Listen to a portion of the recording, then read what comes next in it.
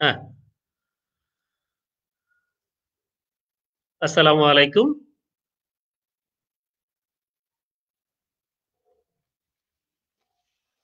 আমরা আমাদের একটা নিয়মিত আয়োজন সমকালীন শিক্ষা ও আমাদের ভাবনা বিষয়ে সরাসরি সম্প্রচার হচ্ছে আমাদের শিক্ষার আলো .com পেজে। আমাদের নেপথ্যে কাজ করতেছেন শিক্ষার আলো .com এর নির্বাহী সম্পাদক MM আরফ সোহেল। আজকে আমাদের অতিথি হিসাবে আজকের আলোচনায় অংশগ্রহণ করছেন প্রধান শিক্ষক বাঁশগড়ি ১ সরকারি প্রাথমিক বিদ্যালয় ভৈরব কিশোরগঞ্জ। আমাদের সাথে আরো উপস্থিত হয়েছেন জনাব মোহাম্মদ মহসিন মিয়া, খেরিহর আদর্শ উচ্চ বিদ্যালয় শাহরাস্তি চাঁদপুর। আমি স্যারদের মুখে নিজেদের পরিচয় জানতে চাব। রাহেনা ম্যাম, আপনি আপনার পরিচয় এবং সাথে অ্যাক্টিভিটি উল্লেখ করবেন, অর্থাৎ এই সংক্রান্ত আর কোনো পজিটিভলি আপনার পরিচয় থাকলে সেটাও উল্লেখ করবেন। ধন্যবাদ ম্যাম। ম্যাম, আপনার পরিচয়টা আমাদের কেন? মিনাল গান্ধী স্যার আমাদেরকে ধন্যবাদ জানাইছে। আজকে শিক্ষার আলো .com কর্তৃক আয়োজিত অনুষ্ঠানে অংশগ্রহণ করতে পেরে আমি খুব আনন্দিত এবং এর সম্পাদক এবং সভাপতি সবাইকে আমি আমার অন্তঃস্থল থেকে শুভেচ্ছা জ্ঞাপন করছি। আমার নাম রায়হানা হক, আমি প্রধান শিক্ষক এবং আমি বাঁশগাড়ি ১ সরকারি প্রাথমিক বিদ্যালয়ে ভৈরব কিশোরগঞ্জে কর্মরত আছি। আর আমি এমনি দেশে বিদেশে অন্যান্য বিভিন্ন প্রজেক্টের সাথে কাজ করি এবং ব্রিটিশ কাউন্সিল অ্যাম্বাসেডর অলসো আমি এখানে। তারপর আমি মাইক্রোসফটে কাজ করি স্কাইপ মাস্টার হিসেবে বাংলাদেশে মাত্র এই হিসেবেও কাজ করি। আমার স্টুডেন্টদের স্কাইপে বিভিন্ন দেশের সাথে যোগাযোগ করিয়ে দিই এবং বিভিন্ন প্রজেক্ট ভিত্তিক কাজও আমি করি এবং আমি এটুআই এর অ্যাম্বাসেডর, ICT 4E অ্যাম্বাসেডর। এই তো, সবাই ভালো থাকবেন এবং সবাই আশা করি লাইভ প্রোগ্রামটা উপভোগ করবেন আমাদের সাথে থেকে। ধন্যবাদ সবাইকে। ধন্যবাদ ম্যাম। মহসিন স্যার, আপনি আপনার পরিচয় এবং সাথে এই শিক্ষকতার পাশাপাশি এই সংক্রান্ত আপনার পরিচয় থাকলেও আমাদেরকে একটু জানাবেন। মহসিন স্যার। ধন্যবাদ মোহাম্মদ শাহজাহান শুভ স্যারকে। আমি মোহাম্মদ মহসিন মিয়া, অ্যাসিস্ট্যান্ট হেড টিচার, খেরিহর আদর্শ high school Shahrasti Chandpur.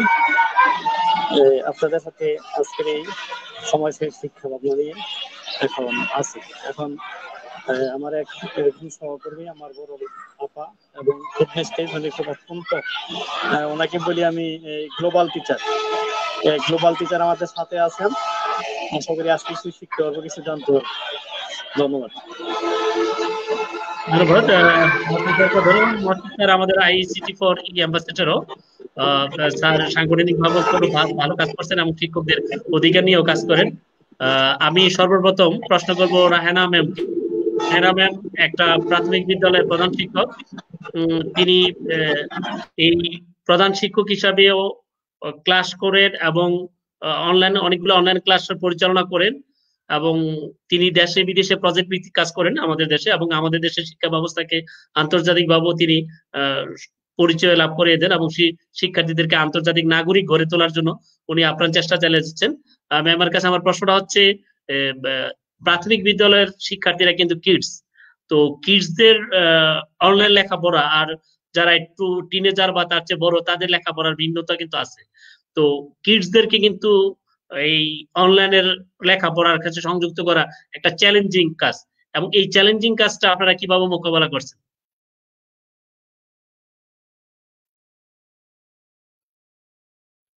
Ma'am একটু আনমিউট করে নেন, ধন্যবাদ শুভ স্যার, এবং অনেক সুন্দর একটা প্রশ্ন করেছেন আমাকে। তো আমি যেহেতু প্রাইমারি স্কুলে আছি, সব বাচ্চাদের শিক্ষার্থীদের বয়স 5 থেকে 10 বছর বা 11 বছরের মধ্যে। এদেরকে মোকাবেলা করা অনলাইনে অনেক কঠিন। তবে এখন যেহেতু প্যান্ডামিক টাইম, অনেক অভিভাবক সচেতন হয়ে গেছেন এবং বুঝতে পারছেন যে অনলাইন শিক্ষা ছাড়া এখন আর বিকল্প। মাঝে মধ্যে স্কুলে গিয়ে আমার স্কুলের টিচারদের নিয়ে আমি হোয়াটসঅ্যাপ গ্রুপ খুলে দিয়েছি বাচ্চাদের জন্য, 4 জন 3 জন করে করে, এবং ওদের যাদের স্মার্টফোন আছে, ম্যাক্সিমাম নেই, তবে 25% বা 30% এরকম আছে, তাদের সাথে আমি অন্য বাচ্চাদের এক বাড়িতে জড়ো করে ক্লাসগুলো পরিচালিত করি।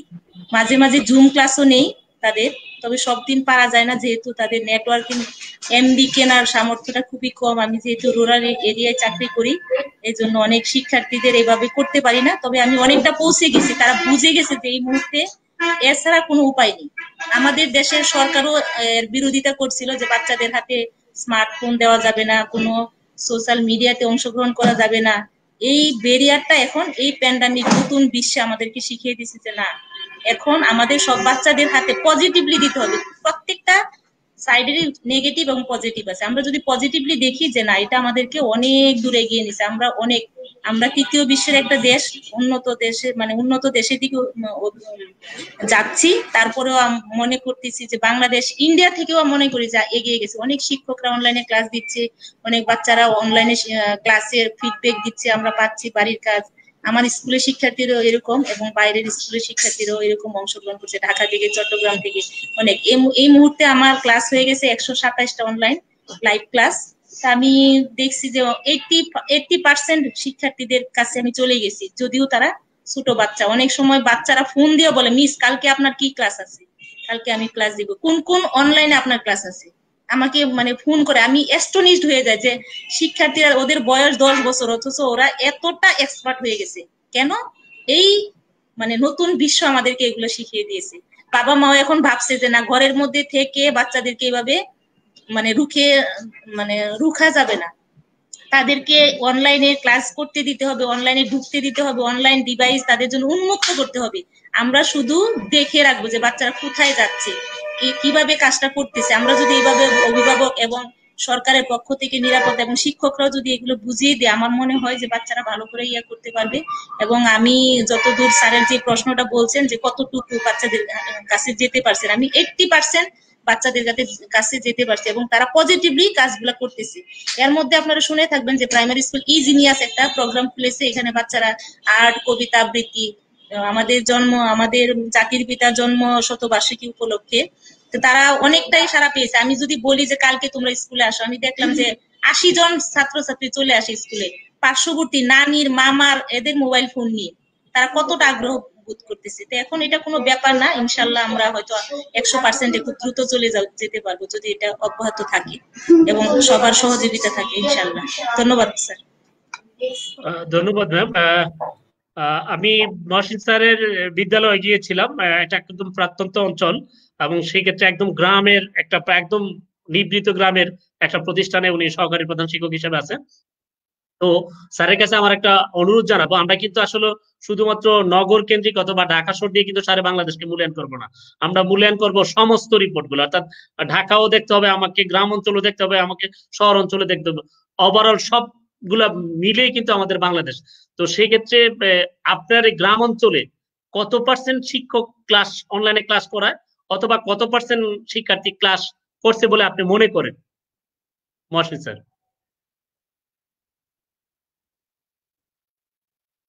মহসিন স্যার একটু আনমিউট করে নিয়েন, আনমিউট করে নিয়েন, আনমিউট করে নিয়েন। মহসিন স্যার আনমিউট করে নিয়েন।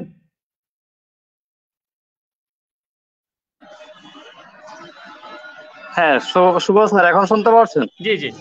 হ্যাঁ, আমি আপনার এই প্রশ্নের উত্তর দেওয়ার পূর্বে আমি একটু পিছনে তাকাইতে হয়। আপনি আমার স্কুলে একবার গিয়েছিলেন, আপনি দেখছেন যে এই উপজেলা থেকে প্রায় 10 কিলোমিটার দূরে হচ্ছে আমার স্কুল এবং সেই স্কুলে একটা প্রত্যন্ত গ্রাম অঞ্চল অবস্থিত। কিন্তু এখন আমি মনে করি যে আমার স্কুল মোটামুটি ঢাকা শহরের একটা প্রাণকেন্দ্র না হলে আশেপাশে অবস্থিত, এরকম আমি মনে করতে পারি। কারণ যখন আমার প্যান্ডামিক সিচুয়েশন শুরু হইলো, আমরা এই অনলাইনে ক্লাস করার যে উদ্যোগ নিলাম, আমার কিন্তু একটু আমার এখানে অ্যাডভান্স একটা প্রক্রিয়া আছে যে আমাদের শেখ রাসেল ডিজিটাল ল্যাব আছে, সেখানে আমরা 17টা কম্পিউটার পেয়েছি, ল্যাপটপ পেয়েছি। তো এই ল্যাবকে ব্যবহার করে আমরা যখন শিক্ষার্থীদেরকে আমরা স্টেপ বাই স্টেপ আমরা রুটিন ওয়াইজ কে কয়টা কোন দল কয়টার সময় আসবে, এই 17টা কম্পিউটার হইলে আমরা 17 জনকে দিতে পারি নাই, আমরা এই একটু দূরে দূরে বসার জন্য 10 থেকে 12 জন করে আমরা একটা রুটিন করলাম যে তারা এসে তারা ল্যাবে বসে বসে ক্লাস দেখবে। তো এখন সবাইকে তো আর সুযোগ দেওয়া যায় না, এখন অন্যরা কি বসে থাকবে কিনা। তো অন্যরা কি করলো, অন্যরা নিজ নিজ বাড়িতে ওয়াইফাই নিয়ে গেল। এখন আমি বলতে পারি যে আমি যে এলাকায় আছি, আমার এই স্কুলের যে কাস্টডি, সে এলাকার মাধ্যমে এই কয়েকটা বাড়ি পরপরই ওয়াইফাই আছে। এমনকি এমনও কিছু এলাকা আছে বা প্রতিবেশী অথবা বসতি আছে যে প্রত্যেকটি ঘরে ঘরে ওয়াইফাই। যদি এই করোনা না আসতো তাইলে কিন্তু তারা কখনোই ওয়াইফাই এর ব্যবস্থা করতো না। কিন্তু এই করোনার কারণে সবাই ওয়াইফাই নিয়েছে এবং এই ঘরে ঘরে ল্যাপটপ হোক অথবা অ্যান্ড্রয়েড মোবাইল হোক, এবং বাবা কিন্তু এই তার বাচ্চাকে অ্যান্ড্রয়েড মোবাইল দিচ্ছেন। একটু আগে আমাদের রায়হানা আপা উনি বললেন যে এই অ্যান্ড্রয়েড মোবাইলটাকে এই আগে হাতে দিত না, নেগেটিভ ভাবতো, কিন্তু এটা পজিটিভ হিসেবে ধরতে হবে। এখন কিন্তু এই করোনায় শিখিয়ে দিয়েছে যে একটা ডিভাইস অথবা বিজ্ঞানের যে কোনো একটা আবিষ্কার, সেটা পজিটিভ হিসেবে নিলে পজিটিভ, আর যদি নেগেটিভ হিসেবে নেওয়া হয় নেগেটিভ। তো আমরা কিন্তু এটা এভাবেই হয় নাই, আমরা আরো কিছু কাজ করেছিলাম, যেমন মাইকিং করা, মসজিদের মাইকে আমরা মাইকিং করা, এরপরে সিএনজি দিয়ে দুইটা মাইক সিএনজির মধ্যে দিয়ে আমরা ভালো যে মাইকিং অ্যানাউন্স করতে পারে তাকে দিয়ে অত্র এলাকায় আমরা মাইকিং করেছিলাম। এবং সর্বশেষ আমাদের শাহরাস্তি অনলাইন স্কুল, চাঁদপুরের অনলাইন স্কুল, তারপর শিক্ষক বাতায়ন, কিশোর বাতায়ন।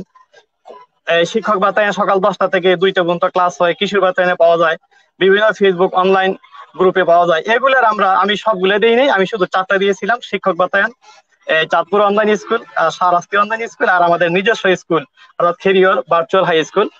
এই 4টা পেজের লিঙ্ক এবং 4টা পেজের মাধ্যমে কিভাবে ছাত্ররা ক্লাস দেখতে পারবে সেগুলো লিখে আমি লিফলেট আকারে আমাদের শিক্ষক এবং আমাদের অভিভাবক এবং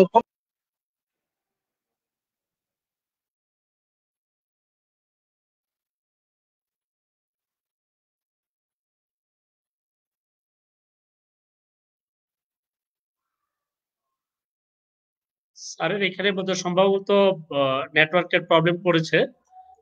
আমি রায়না ম্যামের কাছে একটা প্রশ্ন জিজ্ঞাসা করব, সেটা হচ্ছে এই মুহূর্তে আপনারা মূল্যায়ন কিভাবে করছেন বা আপনাদের নির্দেশনা কি আছে এই এই সময়ের ভিতরে?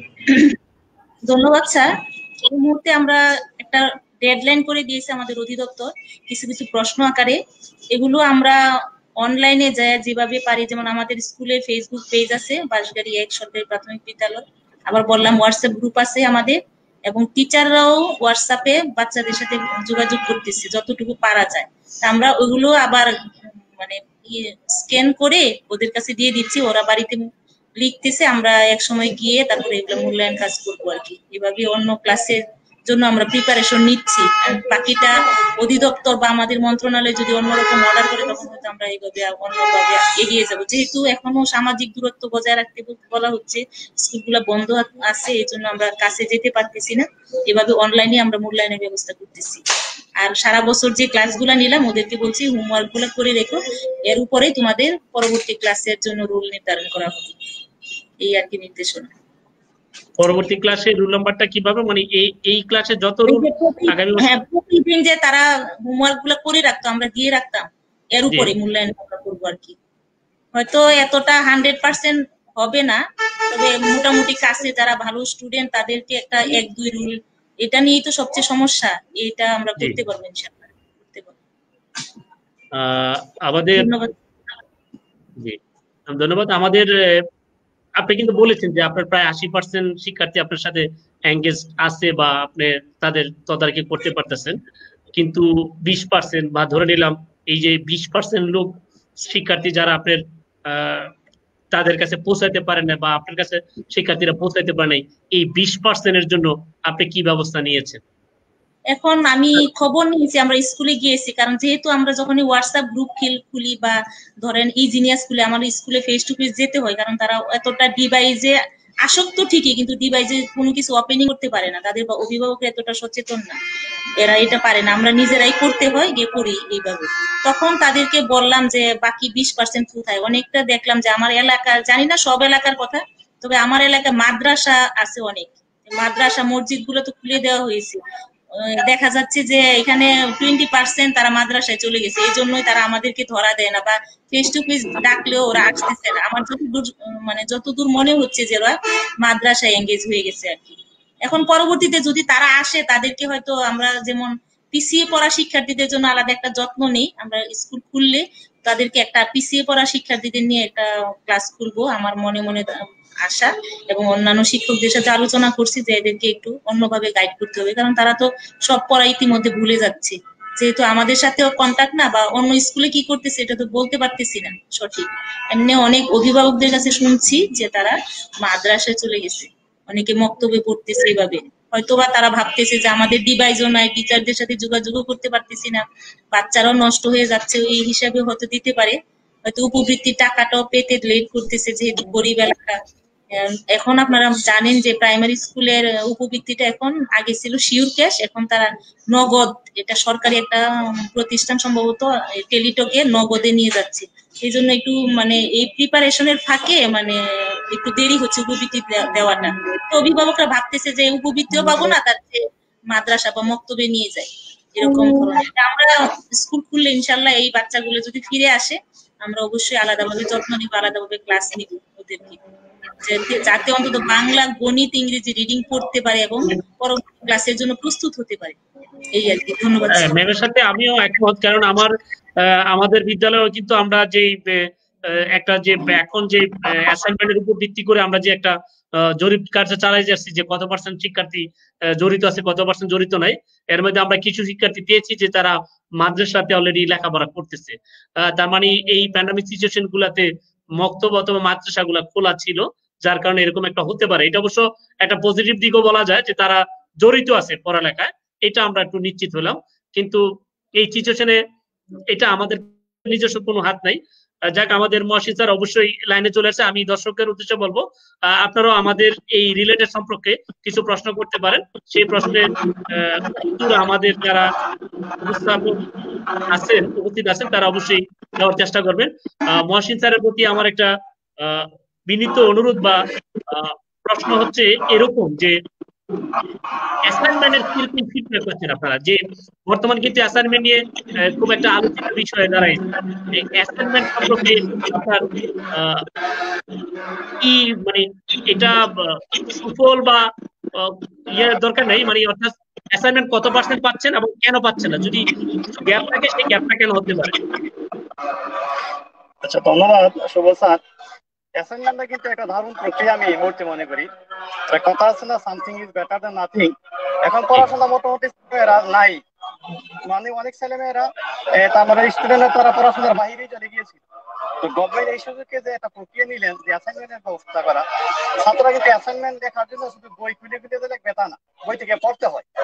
আর যারা অ্যাডভান্স স্টুডেন্ট তারা কিন্তু সর্বদাই কোনো কিছু ক্রিয়েটিভ চিন্তা করে। তারা কোশ্চেনটা পাওয়ার পরে তারা কখনোই চিন্তা করে না যে আমি বই দেখে লিখবো, তারা সর্বদাই নিজ থেকে লেখার চিন্তা করে। আর আপনি যারা কিছু স্টুডেন্ট থাকবে স্বাভাবিক, তারা কিন্তু সর্বদাই পরীক্ষা হতে হবে, তারা নকল করার জন্য অ্যাসাইনমেন্টও চায়। এই জন্য আমরা সব অ্যাসাইনমেন্টের আমরা এখানে নেগেটিভ কিছু পাই না। আমি মনে করি দারুণ একটা প্রক্রিয়া হয়েছে। এই মুহূর্তে বাচ্চারা অন্তত বইকে একটা বইকে ফার্স্ট ক্লাস শব্দ বই এটা পড়তে হয়েছে, বইটা খুলতে হয়েছে, অন্তত খুললো তো, 2 লাইন পড়লো তো, অথবা 2 লাইন লিখতো। আরেকটা ব্যাপার দেখেন, আমি একবার এক স্টুডেন্টকে নিজেই বলছিলাম যে তুমি এই একটা পৃষ্ঠা আমাকে একটা আমি বলছি যে এটাকে লিখে দাও। সেই লিখতে গিয়ে সে লিখতে পারতেছে না, অনেক কষ্ট হচ্ছে। এরপরে আমি এই ভাবলাম যে আসলে না লিখতে এরকম হয়েছে। এখন অ্যাসাইনমেন্টের পরে এখন থেকে তাদের দেখা স্পিড হয়েছে এবং দেখা খুব চমৎকার হয়েছে। এখানে কিন্তু কয়েকটা উপকার, লেখালি ক্লিয়ার হইলো, বই থেকে কিছু না কিছু শিখলো, তারপরে তারা বইটা অন্তত কাটলো। এরপরে অনেক এবং অ্যাসাইনমেন্টের মাধ্যমে আমি দেখলাম যে এই কিছু কিছু সাবজেক্টের মাধ্যমে এমন কিছু কোশ্চেন দেওয়া হয়েছে যে কোশ্চেন গুলা স্টুডেন্টরা নিজেই সলিউশন করতেও পারে, আবার কেউ পারে না। তারা কিন্তু শিক্ষকদের সহযোগিতা নিয়েছে, অথবা বড় ভাইদের অথবা তাদের গৃহ শিক্ষকদের সহযোগিতা নিয়েছে। তার মানে কি, একটা ছাত্র এবং শিক্ষকদের মধ্যে যে একটা এই আমাদের যে একটা যোগসাধ, আমাদের যে হেল্পিং প্রবণতা, সেটা কিন্তু সৃষ্টি হয়েছে। অর্থাৎ শিক্ষক ছাত্রের মধ্যে একটা প্রীতি, একটা বন্ধন দেওয়া নেওয়া, সেটা কিন্তু অ্যাসাইনমেন্টে আবার নতুন করে দিয়েছে। তো আমি মনে করি অ্যাসাইনমেন্ট মোটামুটি যদি কেউ না পেয়ে থাকে এটা হচ্ছে এক্সেপশনাল। আমার মনে হয় অন্তত 90% উপরে শিক্ষার্থীরা অ্যাসাইনমেন্ট পেয়েছে এবং তারা লিখছে। কারণ অ্যাসাইনমেন্ট তো ওভারঅল, যেমন আমি নিজেই বলি, আমি এই কম্পিউটারে কয়েকটা দোকানের মাধ্যমে অ্যাসাইনমেন্ট পাওয়ার সাথে আমি মেইল করে দিতাম এবং ওইখানে বলে দিতাম যে স্টুডেন্ট আসবে তাদেরকে অ্যাসাইনমেন্ট দিয়ে দিতাম। এবং শুধু সেটা যে আমার থিওরি হতো না, আমি চান্দিনা থাকি, ক্যান্টনমেন্ট থাকি, আমি সেখানে বিভিন্ন কম্পিউটার দোকানে ইমেল করে দিতাম। এবং অনেক স্টুডেন্টের এই ইমো, হোয়াটসঅ্যাপ এগুলো আছে, তো তাদের কাছে আমি স্ক্রিনশট দিয়ে এগুলো পাঠাই দিতাম। অর্থাৎ আমাদের মতো কিন্তু সব শিক্ষকরাই আমি মনে করি আন্তরিকতার সাথে এটা করেছে। এবং অ্যাসাইনমেন্ট 90%, আমি বলবো 95% পরে স্টুডেন্ট অ্যাসাইনমেন্ট পেয়েছে এবং তারা তাদের কাজগুলা যত সম্ভব করেছেন। এখন আমাদের টিচাররা এগুলো দেখছেন, এগুলো একটা ভালো দিক। পরবর্তীতে আবার গভর্নমেন্ট যে নির্দেশনা দিবে বা আমাদের প্যান্ডেমিক সিচুয়েশন কি হচ্ছে, বিশ্ব কোন দিকে যাচ্ছে, আমাদের দেশ কোন দিকে যাচ্ছে, অবশ্যই বিশেষজ্ঞরা শিক্ষা এর সাথে সংশ্লিষ্ট যারা আছেন তারা ভাববেন, আবার নির্দেশনা যেভাবে দিবেন আমরা সেভাবে করবো। তবে হ্যাঁ, আমাদের কিন্তু শিক্ষক হিসাবে আমরা রুট লেভেলে থাকি, আমরা ছাত্রদের গার্জিয়ান, আমরা শিক্ষক, আমরা তাদের ইন্সপিরেশন দিই, আমরা কিন্তু তাদের বাবা মা, আমরা সবকিছু। এখন আমরা আমাদের মতো করে শুধু সরকার বলবে আমরা করবো তা না। আমার স্টুডেন্ট কিভাবে ভালো হবে, আমি তো সরকারের একটা বেতন যাচ্ছি, অর্থাৎ আমার একটা দায়বদ্ধতা আছে। আমার স্টুডেন্ট কিভাবে ভালো হবে, আমার স্টুডেন্ট আমার কি দায়িত্ব সেটা আমারই দেখার বিষয়। আর আমার থেকে ভালো কিন্তু কেউ জানে না আমার এলাকার স্টুডেন্টের অবস্থান কি, আমার অবস্থান কি। গভর্নমেন্ট কিন্তু আমাদের সারা বাংলাদেশ নিয়ে ভাবেন, আমার স্কুল আর আপনার স্কুল নিয়ে ভাবেন। এই জন্য আমি মনে করি আমরা যে যেখানে আছি সেখান থেকেই আমরা আমাদের ভেবে আমরা স্বাস্থ্যবিধিও মানবো, আমরা আমাদের সন্তানদেরকে সুস্থ রাখার চেষ্টা করবো, আমরা নিজেরাও বাঁচতে চেষ্টা করবো। স্যার আমার এই সাথে কিন্তু আরেকটা প্রশ্ন ছিল যে কত পার্সেন্ট শিক্ষার্থী অ্যাসাইনমেন্ট পায় না বলে মনে করেন, এবং না পেলে কি কি ব্যবস্থা নিয়েছে? আমার মনে হয় আমার স্কুলের ব্যাপারটা বলতে পারবো, আমার মনে হয় অ্যাসাইনমেন্ট পায় না সর্বোচ্চ 4 থেকে 5% এর বেশি হবে না। তবে আমি খোঁজ নিয়ে দেখলাম যারা পায় নাই তাদের কয়েকটা কারণ আছে। কয়েকটা কারণের মধ্যে যেমন একটা হচ্ছে এই সবগুলা সময় পায় নাই তা না, ধরেন এই সপ্তাহে একটা না পাইলে পরের সপ্তাহ পাইছে, এই সপ্তাহে সে বেড়ানো ছিল, কোনো খবর নাই, হয়তো সেই সপ্তাহ পায় না কিন্তু পরের সপ্তাহে কিন্তু সে পেয়েছে। আবার কিছু কিছু এই স্টুডেন্ট আছে তাদের গার্ডিয়ান এই ব্যাপারে এই মোটামুটি খবর নাই, তা আমরা কিন্তু তাদের বাড়িতে মেসেজটা পৌঁছে দিয়েছি, বাড়িতে গেছি, আমরা ফোন করেছি। এভাবে সবাই যে একবারে পায় নাই, অত কেউ কেউ এক সপ্তাহ না পাইলে পরের সপ্তাহ হয়েছে, আমি মনে করি আবার সবাই পেয়েছে, তবে কোনো কোনো সপ্তাহ হয়তো গ্যাপ হইতে পারে। স্যার যদি অ্যাসাইনমেন্টটা সকল শিক্ষার্থী, যেমন এখন আমাদের 6টা অ্যাসাইনমেন্ট চলতেছে, যদি এখন একটা ছেলে প্রথম দ্বিতীয় তৃতীয় চতুর্থ পঞ্চম দেয় নাই, এখন ষষ্ঠ সময় সবগুলা দিব, সেটা কি আপনারা নেবেন কিনা? পরবর্তীতে সে করবে অ্যাসাইনমেন্টটা। যদি কোনো ছাত্র এখন মনে করেন একটা স্টুডেন্ট গত সপ্তাহে পারলো না, এই সপ্তাহে তাকে তো আমি ডাবল দিতে পারবো না, তার কাজটা তার মাথার মধ্যে ডাবল দেওয়া আমার উচিত হবে না, সে পরের সপ্তাহ করবে। তবে এখানে আমি তাকে বুঝাই দিতে হবে সেই জন্য কারো কাছ থেকে দেখে না রেখে, যেহেতু এই অ্যাসাইনমেন্টটা তো আরেকজনে করছে হয়তো তার কাছে সহজে নিতে পারি, কিন্তু তাকে আমি বুঝাই দিতে হবে। সে তো এই আমি মনে করি সে তো পানির মতন বাচ্চা, তাকে যেভাবে আমরা দাবিত করি তারা সেভাবেই দাবিত হবে। সুতরাং তাকে বুঝাই দিয়ে আমি পরবর্তীতে দিতে পারবো। আমার সারা ডিসেম্বর অনুষ্ঠিত আছে, আরো তো আমাদের মোটামুটি আগামী 1 সপ্তাহ গেলে আরো 2 সপ্তাহ থাকে ডিসেম্বর মাস, আমরা 2 সপ্তাহ তো তাদেরকে দিতে পারবো। ধন্যবাদ স্যার। মানে অর্থাৎ অ্যাসাইনমেন্টের জন্য নির্দিষ্ট টাইম টেবিল ছাড়াও ইচ্ছা করলে শিক্ষার্থী যদি শিক্ষকের মানে ইয়া থাকে, মানে এটাকে কি বলবো, মানে টাইম ডিউরেশনে যদি কোনো বাধ্যবাধকতা না থাকে, ইচ্ছা করলে শিক্ষার্থী দিতে পারবে। আর তাছাড়া মাউসি কিন্তু আমাদের অলরেডি বলে দিচ্ছে যে অ্যাসাইনমেন্ট প্রয়োজন বোধে আমাদের মাউসির ওয়েবসাইটে দেওয়া যেতে পারে, বা মাউসির যে নির্দিষ্ট ইমেল অ্যাড্রেস আছে সেখানেও দিতে পারে। এটা বর্তমান সরকারের একটা যুগোপযোগী সিদ্ধান্ত বলে আমরা মনে করি। আমি রাহেনা ম্যামের কাছে আরেকটা প্রশ্ন জানতে চাচ্ছি যে রাহেনা ম্যাম প্রজেক্ট ভিত্তিক শিক্ষার্থীদের নিয়ে কাজ করে, আন্তর্জাতিক ভাবে অনেক কাজ করেন। এখন এই প্যান্ডামিক সিচুয়েশনে আপনার এই প্রজেক্ট ভিত্তিক কাজে কোনো চ্যালেঞ্জিং আছে কিনা, এবং চ্যালেঞ্জিংটা কিভাবে রিকভার করেন? 1। 2 নম্বর প্রশ্ন হচ্ছে এই আন্তর্জাতিক শিক্ষায় আমাদের বাংলাদেশের অবস্থানটা কতটুকু, মানে কিরূপ পর্যায়ে আছে বলে মনে করেন আপনি? ধন্যবাদ শুভ স্যার আমাকে সুন্দর একটি প্রশ্ন করার জন্য। প্যান্ডামিক সিচুয়েশনে প্রজেক্ট ভিত্তিক কাজ এখন করতে পারতেছি না, যেহেতু আমরা ইন্ডিভিজুয়ালি বাচ্চাদের সাথে যোগাযোগ করতে পারি না। এখন আমি তো অবশ্যই দল ভিত্তিক করতে পারবো না, যেহেতু তাদের ডিভাইসের সমস্যা, এবং পৃথিবীর সব দেশেই এই ধরনের সমস্যা আছে যে 100% শিশুদের কাছে যে পৌঁছতে পারতেছে। আমার মনে হয় ডেভেলপ কান্ট্রি ছাড়া আমরা যারা এশিয়া মহাদেশে আছি আমাদের অবস্থা একই ধরনের, হয়তো 20%, 10%, 5% এরকম পৌঁছতে পারে না। তবে বাংলাদেশ আমি মনে করি অন্যান্য দেশের তুলনায় অনেক এগিয়ে আছে, কারণ আমাদের টিচার্স গভর্নমেন্ট একটা পোর্টাল আছে, আমরা আইসিটি তে অনেক দক্ষ শিক্ষক তৈরি হয়ে গেছি ইদানিং।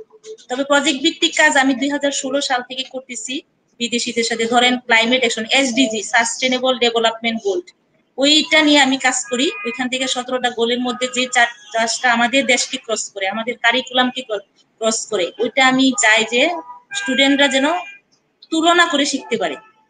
এবং স্কাইপের মাধ্যমে, যেমন আমি ধরেন আমার এলাকার সমস্যা হলো ওয়াটার এন্ড স্যানিটেশন, প্রত্যেক বাড়িতে বাড়িতে লেট্রিন আছে ঠিকই, কিন্তু তারা খোলা লেট্রিন ব্যবহার করে, স্ল্যাব দেয়, কিন্তু পাশে যে একটা বাউন্ডারি দিতে হবে যে এখান থেকে মলমূত্র গুলা রস গুলা বের হবে না, এই ধরনের না। রাস্তার পাশে তারা মানে লেট্রিন গুলা দিচ্ছে এবং টিনের চাল দিয়ে, দরজা নেই, অনেক ক্ষেত্রে দুর্গন্ধ ছড়াচ্ছে এবং অনেক ক্ষেত্রে এই ময়লাগুলো নদীর বা খালের মধ্যে পড়তেছে। এবং টিউবওয়েল আর লেট্রিনটার দূরত্ব 20 গজ থাকা উচিত। আমি জনস্বাস্থ্য প্রকৌশলীতে আলোচনা করছিলাম যে কতটুকু দূরে থাকলে নিরাপদ। তারা বললো যে 20 গজ এটলিস্ট দূরে থাকতে হবে, কারণ পয় নিষ্কাশন এমন ভাবে হবে না হয় নিচে টিউবওয়েল। আর বাংলাদেশে আমাদের গ্রামাঞ্চলের ডিপ টিউবওয়েল নাই, তারা 2-3টা পাইপ ইয়ে করেই তারা পানিটা উত্তোলন করে, এই জন্য আরো মানে হাইজিন হয় না টিউবওয়েল এবং লেট্রিনটা। তো এটা নিয়ে আমি কাজ করলাম যে দেখি পৃথিবীর অন্যান্য দেশের অবস্থা কেমন, ইন্ডিয়ার অবস্থা কেমন, নেপালের অবস্থা কেমন, পাকিস্তানের অবস্থা কেমন। তো এগুলো প্রায় আমাদের দেশের মতোই উন্নত, যেমন ঢাকা বা বড় বড় শহরে যারা মানে স্যানিটেশন গুলা হয়তো বা আমাদের মেয়র বা আমাদের সিটি কর্পোরেশন দ্বারা নিয়ন্ত্রিত, সেগুলো হয়তো ভালো, আর বাকিগুলো একই রকম। তো অন্যান্য দেশের গুলো এরকম। তো এই জন্য আমি প্রজেক্ট ভিত্তিক কাজটা করি, যাতে আমাদের শিশুরা নিজে দেখে, কম্পেয়ার করে, রিসার্চ করে অন্তত ছোটবেলায় থেকে শিখে উঠতে পারে যে কি অবস্থা, আমাদের সামনে কি হবে, এখন কি অবস্থায় আছি, এবং বাড়িতে বাবা মাকে অন্তত কিছুটা গাইড করতে পারে যে তোমরা টিউবওয়েল লেট্রিন এভাবে দাও বা এভাবে ব্যবহার করা উচিত, বা লেট্রিন ব্যবহার করার পরে হাত ধুইতে হবে, এতটা দূরে থাকতে হবে। এই মানে কনসেপ্টটা তাদের মাথায় দিয়ে দেওয়ার জন্য আমি এই কাজগুলো করি। এখন পৃথিবীর উন্নত দেশে তারা ছোটবেলা থেকে রিসার্চ করে, কিন্তু আমাদের দেশে এই ধরনের ব্যবস্থা নেই। আর আমি তো বললাম আগেই যে আমাদের দেশে ডিভাইস ব্যবহার করা একদম মানে নিষিদ্ধ ছিল। প্রাইমারি স্কুলে তো মানে অফকোর্স নাই, মাধ্যমিক বিদ্যালয়ে ছিল। এখন তো এটা পথটা সুগম হয়ে গেছে আমাদের ইয়ের জন্য, প্যান্ডামিক সিচুয়েশনের জন্য। এখন ভবিষ্যৎ, আমি মনে করি ভবিষ্যৎ পরিকল্পনা অন্যান্য দেশের তুলনায় আমাদের দেশ অনেক এগিয়ে যাবে, এবং আমি মনে করি আমাদের দেশ এই হিসেবে অনেক ভালো। কিন্তু যখন প্যান্ডামিকের পূর্বের অবস্থা আমরা অনেক পিছিয়ে ছিলাম। যেমন আমরা এখন স্টিমিয়ার ব্যবহার করি, আমাদের স্কাইপ সেশন করতেছে অনেক টিচাররা, শুধু আমি না, অনেক টিচার আমি দেখলাম যে তারা স্কাইপ করতেছে, হোয়াটসঅ্যাপ গ্রুপ আছে, তারপর জুম ব্যবহার করতে শিখছে। আমাদের দেশে এমন কোন টিচার বা অভিভাবক বা আমাদের সরকারি বেসরকারি বলেন সব সেক্টরে কেউ নাই যে জুমে কথা বলতে পারে না, সবাই মোটামুটি এদিকে এগিয়ে গেছে। প্যান্ডামিক আমাদেরকে এই পথটা সুগম করে দিয়েছে। তো ভবিষ্যৎ পরিকল্পনা অবশ্যই ভালো থাকবে প্রজেক্ট ভিত্তিক শিক্ষা। আর আমি মনে করি অন্যান্য দেশের তুলনায় আমাদের দেশে এগিয়ে আছে শুধু টিচার্স পোর্টালের কারণে। ধন্যবাদ। ধন্যবাদ ম্যাম। আমি মহসিন স্যারের কাছে কিছুক্ষণ আগে যেটা জানলাম যে অ্যাসাইনমেন্টের একটা উপযোগী, উনি একটা ভালো কথা বলেছেন যে অ্যাসাইনমেন্ট আমাদেরকে অনেক কিছু শিখিয়ে দিয়েছে। তো সেই সাথে কিন্তু আমরা আরেকটা জিনিস বুঝতে পারছি যে আমাদের শিক্ষার্থীদের এই বাৎসরিক মূল্যায়নের চেয়ে ধারাবাহিক মূল্যায়ন অত্যন্ত গুরুত্বপূর্ণ বেশি। এই ধারাবাহিক মূল্যায়নের ভূমিকা নিয়ে সম্পর্কে যদি আপনি আমাদের কাছে একটু আলোকপাত করতেন মহসিন স্যার। হ্যাঁ, ধন্যবাদ স্যার। আমরা জানি যে ইতিমধ্যে গত 2-3 বছর যাবৎ জিইসিটি 3 বিষয় এবং এসইতে 2 বিষয় ধারাবাহিক মূল্যায়ন হচ্ছে। আর ধারাবাহিক মূল্যায়নের এই অ্যাসাইনমেন্ট কিন্তু একটা অংশ, বাড়ির কাজ যেটা আমরা এতদিন বলতাম সেটা আসলে মূলত অ্যাসাইনমেন্টের মতোই, বা অ্যাসাইনমেন্টের একটা অংশ বাড়ির কাজ। এখন ধারাবাহিক মূল্যায়ন করতে গিয়ে যে বাড়ির কাজ বা অ্যাসাইনমেন্ট দেওয়া হয়তো, আমাদের কিন্তু কিছু সংখ্যক শিক্ষার্থী শুধু সেটা জানতো, অর্থাৎ যারা এটে ওঠে তারাই জানতো। আর এটার আগে তারা কিন্তু এই ব্যাপারে কথাটা ছিল না। যদিও ধারাবাহিক মূল্যায়ন অন্য বিষয় আছে, কিন্তু জোরালো নয়। আমরা জানি তো যে পাবলিক পরীক্ষা মানে জোরালো, আর পাবলিক পরীক্ষা না হইলে জোরালো না, স্বাভাবিক এটা কথা। জি এক্স্যাক্টলি। এবার কিন্তু যে অ্যাসাইনমেন্ট জোরালো দেই, ওগুলো তেমন একটা জোরালো হয়। জি, আপনার সাথে আমিও একমত। হ্যাঁ, আসলে নেট ডিস্টার্ব করার কারণে পুরো বুঝতে পারি নাই। জি স্যার, আবার যদি কোশ্চেনটা করতেন। প্রশ্ন হচ্ছে ধারাবাহিক মূল্যায়নের আগেও পাঠ্যপুস্তকতে ছিল, এখনো আছে, কিন্তু আগে এই গুরুত্বটা এতটা আমরা বহন করিনি। আমরা জাস্ট বার্ষিক পরীক্ষাকে মূল্যায়ন করেছি, ইভেন কি অর্ধবার্ষিক পরীক্ষার রেজাল্টটাকে বার্ষিক পরীক্ষার সাথে অ্যাডও করি না। আর ধারাবাহিক যে মূল্যায়ন গুলো আমরা ক্লাসে করি সেগুলোকে কখনো আমরা বার্ষিকের সাথে অ্যাড করতাম না। কিন্তু এখন এই সিচুয়েশনে বোঝা যাচ্ছে যে ধারাবাহিক মূল্যায়নটা আমাদের জন্য খুবই গুরুত্বপূর্ণ, এবং অ্যাসাইনমেন্টের কাজ কিন্তু আগেও ছিল। অ্যাসাইনমেন্ট তো নতুন কিছু না, অ্যাসাইনমেন্ট তো আগেও ছিল, কিন্তু এখনকার সময় বোঝা যাচ্ছে মনে হয় যেন এটা নতুন। তার কারণ কি, আমরা পূর্বে অ্যাসাইনমেন্টের সাথে এতটা সম্পৃক্ত ছিলাম না। তা আমি যে বলতে চাচ্ছি আপনার কাছে যে এই যে ধারাবাহিক মূল্যায়নের গুরুত্ব দিন দিন বৃদ্ধি পাচ্ছে এবং এটার গুরুত্বটা আমাদেরকে আর কতটুকু ভাবে নিতে হবে, মানে এই গুরুত্ব আগেও গুরুত্ব ছিল কিন্তু আমরা সেটা মূল্যায়ন করে নাই। এখন কি অবস্থা, এই প্যান্ডামিক সিচুয়েশন আমাদেরকে এই ধারাবাহিক মূল্যায়ন সম্পর্কে কি কি শিক্ষা দিচ্ছে? হ্যাঁ, ধন্যবাদ শুভ স্যার। রায়হান আপা যে এরা বলেছিলেন যে প্যান্ডামিক সিচুয়েশন আমাদেরকে অনেক কিছু শিখিয়েছে, এটাও কিন্তু শিখিয়েছেন, ধারাবাহিক মূল্যায়ন সেটাও শিখিয়েছেন। শুধু এই অনলাইনে ক্লাস করে শিখিয়েছেন তা নয়, এখানে এই ধারাবাহিক মূল্যায়নটা শিখিয়েছেন যে কিভাবে ধারাবাহিক মূল্যায়নটা করতে হবে। আমরা জানি যে আগামী 2022 সাল থেকে নতুন নতুন বই আসছে এবং 2024 সালের পরে কোনো বিভাগ থাকছে না কারিকুলামে। সেখানে কিন্তু 5 বিষয়ে পাবলিক পরীক্ষার 5টা থাকতেছে স্কুল ভিত্তিক মূল্যায়ন। তো স্কুল ভিত্তিক মূল্যায়ন যেটা সেটা অবশ্যই অ্যাসাইনমেন্ট তার মধ্যে একটা অংশ থাকবে। তো স্কুল ভিত্তিক যে মূল্যায়ন গুলো হয় সেগুলো কিন্তু খুবই গুরুত্বপূর্ণ। একটা স্টুডেন্ট শুধু পুঁথিগত বিদ্যা ভালো থাকবে, আরেকজন ভালো নাও থাকতে পারে। অথবা একটা স্টুডেন্ট শুধুমাত্র যে বই পুস্তক পড়লেই যে ভালো হবে আর অন্যান্য জ্ঞান থাকলে যে ভালো হবে না তা না। রেজাল্ট দিয়ে সবকিছু যে হয়, রেজাল্ট দিয়ে যে সবকিছু মূল্যায়ন হয় তাও না। এই জন্য ধারাবাহিক মূল্যায়নটা যেটা হচ্ছে সেটা হইলে একটা স্টুডেন্টের কোন দিকে সে ভালো, কোন সাইডে সে এক্সপার্ট, কোন সাইডে সে ভালো করতে পারে সেটা কিন্তু বিবেচনা করা যায়। একজন স্টুডেন্ট সে ভালো গান গাইতে পারে, অথবা আরেকজন ভালো আর্ট করতে পারে, আরেকজন কম্পিউটারে ভালো কিছু জানে। তো এগুলা কিন্তু ধারাবাহিক মূল্যায়নের মাধ্যমে এগুলা তার পারফরমেন্সটা তুলে ধরা সম্ভব এবং শিক্ষকরা বুঝতে পারেন যে আমার কোন ছাত্ররা কোন দিকে বেশি পারদর্শী। তো আমি মনে করি যে রুট লেভেলে শিক্ষার্থীদেরকে প্রত্যেকটা স্টুডেন্টদেরকে আলাদা আলাদা ভাবে মূল্যায়ন করা এবং প্রত্যেকটা স্টুডেন্টের তার মেধা কোন দিকে আছে সেদিকে বিকশিত করা এবং ছাত্রদেরকে শিক্ষকরা ইন্সপিরেশন দেওয়া যে ভবিষ্যতে সে কি কাজ করবে সেটা জানার জন্য এই ধারাবাহিক মূল্যায়ন অবশ্যই দরকার, যেটা আমাদের এই কারিকুলামে খুব শীঘ্রই পরিবর্তন হতে যাচ্ছে। তো আমি মনে করি যে এখানে যে অ্যাসাইনমেন্ট হচ্ছে এটা পূর্ব প্রস্তুতি। আমাদেরকে এই করোনা কোভিড-19 শিখিয়ে দিয়েছেন যে আগামীতে প্রস্তুতি হোক, আমরা প্রস্তুতি হইলাম। তাহলে ভবিষ্যতে আমাদের শিক্ষা ব্যবস্থা যে আমল চেঞ্জ হবে, সে আমল চেঞ্জ অবশ্যই আইসিটি ভিত্তিক হবে। সেটা এই স্কুল ভিত্তিক মূল্যায়নের মাধ্যমে জোরালো হবে এবং প্রজেক্ট ভিত্তিক হবে, যেটা আপা বলছিলেন যে প্রজেক্ট ভিত্তিক হবে। আর আরেকটা ব্যাপার, আমাদের কিন্তু মাননীয় শিক্ষা উপমন্ত্রী প্রায় বিভিন্ন শিক্ষামন্ত্রী দুইজনই বলে থাকেন যে আমাদের এই এই ব্যাপারে কারিগরি শিক্ষার ব্যাপারে খুব জোর দিয়ে থাকেন। তো কারিগরি শিক্ষা সেটা শুধু বই পুস্তকের শিক্ষাই না, সেখানে কিন্তু একটা প্র্যাকটিক্যাল আপনার কাছে এই ব্যাপারে আমি আরো আসতেছি, এই ব্যাপারে আপনার সাথে আমার আরো কথা আছে। এই এখন আপনার কাছে আরেকটা জিনিস আমি জানতে চাবো, সেটা হচ্ছে আমরা কিন্তু প্রায় বিজ্ঞাপনে দেখি প্রধান শিক্ষক নিয়োগ অবশ্য সহকারী প্রধান শিক্ষক নিয়োগ এর ক্ষেত্রে যে নিয়োগের যে যোগ্যতা দেওয়া আছে সেই যোগ্যতার পরে আবার লেখা থাকে অগ্রাধিকার। এই অগ্রাধিকারটার মধ্যে দেখা থাকে হয়তো গণিত অথবা ইংরেজি, এই দুইটা শব্দেই। এখন প্রশ্ন হচ্ছে অগ্রাধিকার কি পিএইচডি হতে পারে না? অগ্রাধিকার কোনো মাস্টার্স ক্লাসের কোনো সাবজেক্ট হতে পারে না? শুধুমাত্র গণিত এবং ইংরেজি কেন দেওয়া হয় এবং এই অগ্রাধিকার শব্দটা কেন আসলো? কিন্তু নীতিমালার মধ্যে কোথাও কিন্তু এই শব্দটা উল্লেখ নাই, কিন্তু তারপরও পত্রিকায় আমরা এটাকে দেখি। আমার প্রশ্ন হচ্ছে এই জিনিসটা কেন?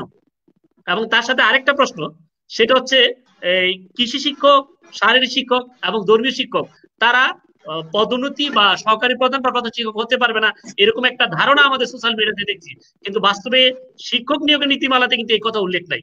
এই প্রসঙ্গে যদি আপনি আমাদের সাথে একটু শেয়ার করতেন। আসলে আপনি যেটা বললেন যে অগ্রাধিকার, আচ্ছা আমি আপনাকে আবার উল্টো একটা প্রশ্ন করি। একটা স্টুডেন্ট ম্যাথ, সায়েন্স সাবজেক্ট এবং সে ইংলিশ, এই তিনটি বিষয়ে সে 95 অথবা 98 পেয়েছেন, শুধুমাত্র কৃষিতে সে 23-24 পেয়েছেন, তাকে কি আসলে পাস বলা যাবে? অথবা সে ধর্মে 10 পেয়েছেন, তাকে কি পাস বলা যাবে?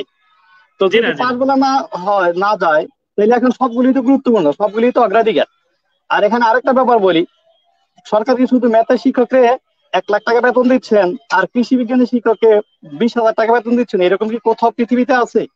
তাহলে অগ্রাধিকার বলতে এখানে কথা না, এখানে কথা হচ্ছে হ্যাঁ ম্যাথ একটা ক্রিটিক্যাল সাবজেক্ট, ইংলিশ একটা বিদেশি ভাষা, এটা শেখার জন্য যে পরিশ্রমটা করা লাগে আপনার স্বাভাবিকভাবে বাংলা সাবজেক্ট অথবা ধর্ম কৃষি সাবজেক্ট পড়ার জন্য এত পরিশ্রম করা লাগে না। এই জন্য একটা অগ্রাধিকার দেওয়া লাগে স্বাভাবিকভাবে। আপনি আমার ক্ষেত্রেও ছিল, অন্যান্য বিষয়ে যদি আমরা পড়তাম 2 ঘন্টা, তাহলে ম্যাথ আর ইংলিশ এগুলোর মধ্যে পড়তে হতো 2 ঘন্টা, যেটা একটা বিদেশি ভাষা আর একটা হচ্ছে ম্যাথ একটা বুঝার বিষয়।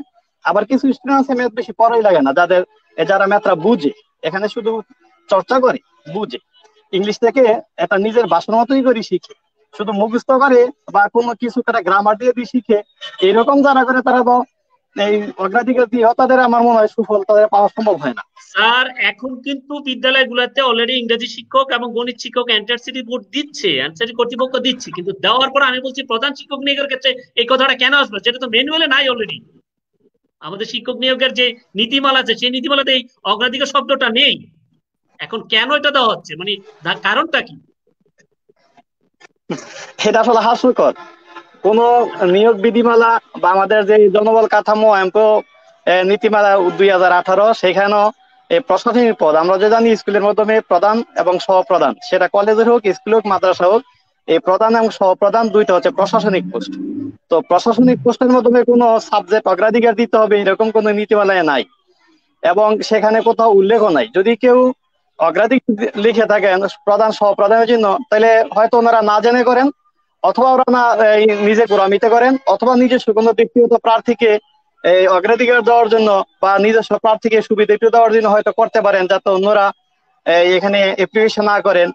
ধরেন আপনি প্রধান শিক্ষক, এখন আপনি একজনকে ইংরেজির একজন শিক্ষক আপনি সহপ্রধান বানাইতে চান, তাহলে সেই ক্ষেত্রে আপনি চাবেন যে ইংলিশ অগ্রাধিকার লিখলে তাইলে হয়তো ম্যাথের টিচার অ্যাপ্লাই করবে না, ধর্মীয় কৃষি বিজ্ঞান তারা অ্যাপ্লাই করবে না, তাইলে আমার শুধু ইংলিশের যে 5 ছাত্র হবে এখান থেকে আমি স্পেশাল কয়েকটা ইংরেজি আমি একজন আমার সহপ্রধান রেখে দিলাম, বা সভাপতি সাহেব একজন প্রধান শিক্ষক রেখে দিলাম, এরকমও হইতেও পারে। আসলে দুর্নীতি। আর এখানে মানুষের বিবেক যদি না খাটায় তাহলে সব দিক দিয়ে দুর্নীতি করা সম্ভব হয়। জি স্যার।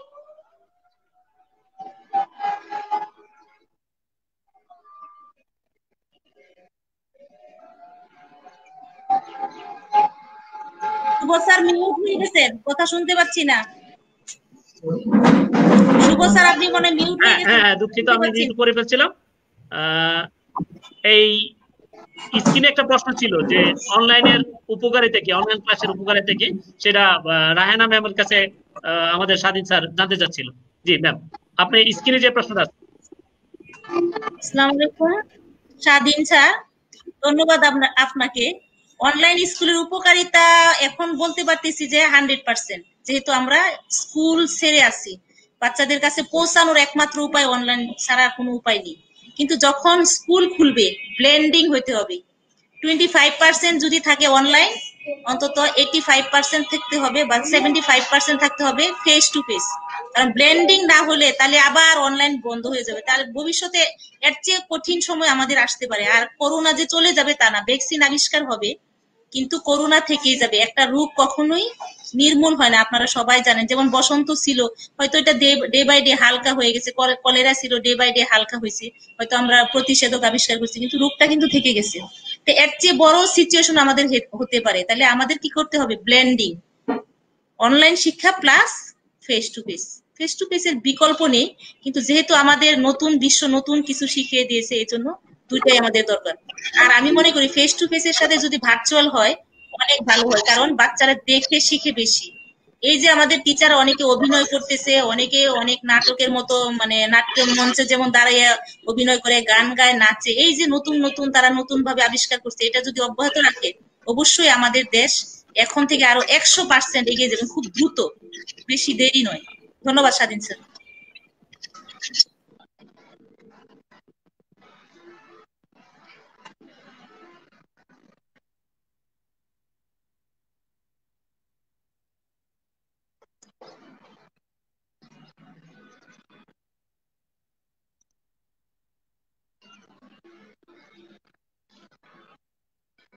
নিজে আনমিউট করেছিলাম।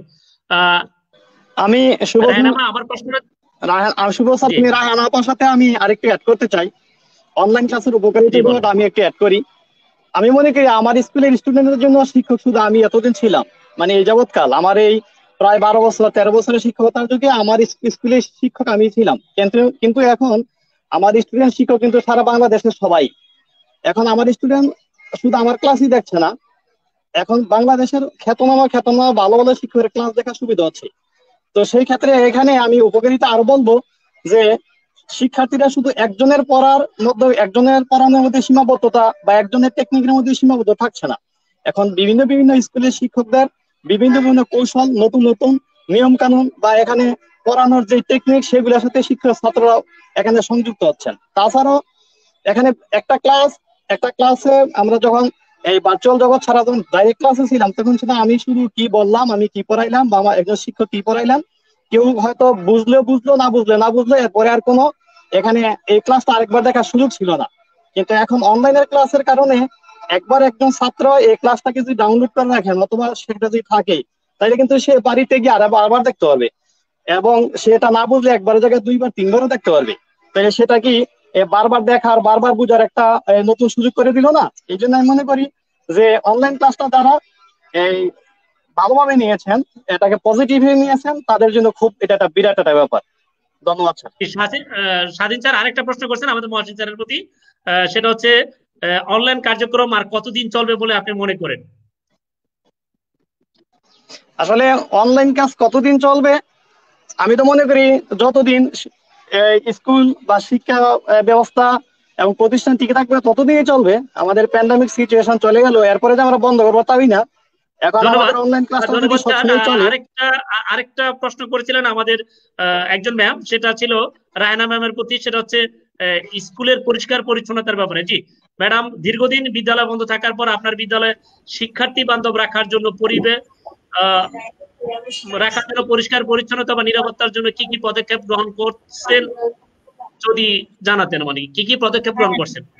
আপনারা জানেন যে প্রাইমারি স্কুলে এখন দপ্তরি নিয়োগ আছে, প্রত্যেকটা স্কুলে আছে দপ্তরি। সে দপ্তরি কাম নাইট গার্ড, তাকে রাতের বেলাও থাকতে হবে এবং দিনের বেলা সব কাজ করতে হবে। আমাদের স্কুলগুলো মোটামুটি, বিশেষ করে আমারটা আমি বলতে পারি যে আমাদের যে অধিদপ্তর থেকে অর্ডার এসেছে যে বাচ্চা শিশু বান্ধব করে রাখার জন্য, যে স্কুল ওপেনিং প্ল্যান, এখানে আমি অনেক হারপিক কিনেছি বাথরুম পরিষ্কার করার জন্য। তারপরে তাদের হ্যান্ড ওয়াশ, কিভাবে হ্যান্ড ওয়াশ করবে সেই হ্যান্ড ওয়াশের ব্যবস্থা করেছি, হ্যান্ড ওয়াশ মেটেরিয়ালস এনেছি। তারপরে স্কুল প্রতি এক সপ্তাহ পর পরই ফ্যান গুলো, তারপরে রুম গুলো ঝাড়ু দেওয়াচ্ছে, দপ্তরি একটা মহিলা নিয়োগ করছে, তার সে ঝাড়ু দেয়। এবং আমরাও স্কুলে যাই মাঝে মাঝে একা একা গিয়ে স্কুলটা দেখে পরিষ্কার পরিচ্ছন্ন আছে কিনা তা লক্ষ্য করে আসি। এভাবে বিদ্যালয়টা পরিষ্কার আমাদের সালমা ম্যাম আরেকটা প্রশ্ন করেছেন রায়না ম্যামের প্রতি, আপনি যদি স্ক্রিনে দেখে প্রশ্নটার উত্তর দিতেন। আমরা কি কোন ধরনের অনুশীলনের সম্মুখীন হব, মানে অসুবিধার সম্মুখীন? পরবর্তী ক্লাসের জন্য আমরা যদি তাদেরকে পাঠদান শিক্ষাদান করি, পরবর্তীতে আমাদের কোনো অসুবিধার সম্মুখীন হব কিনা?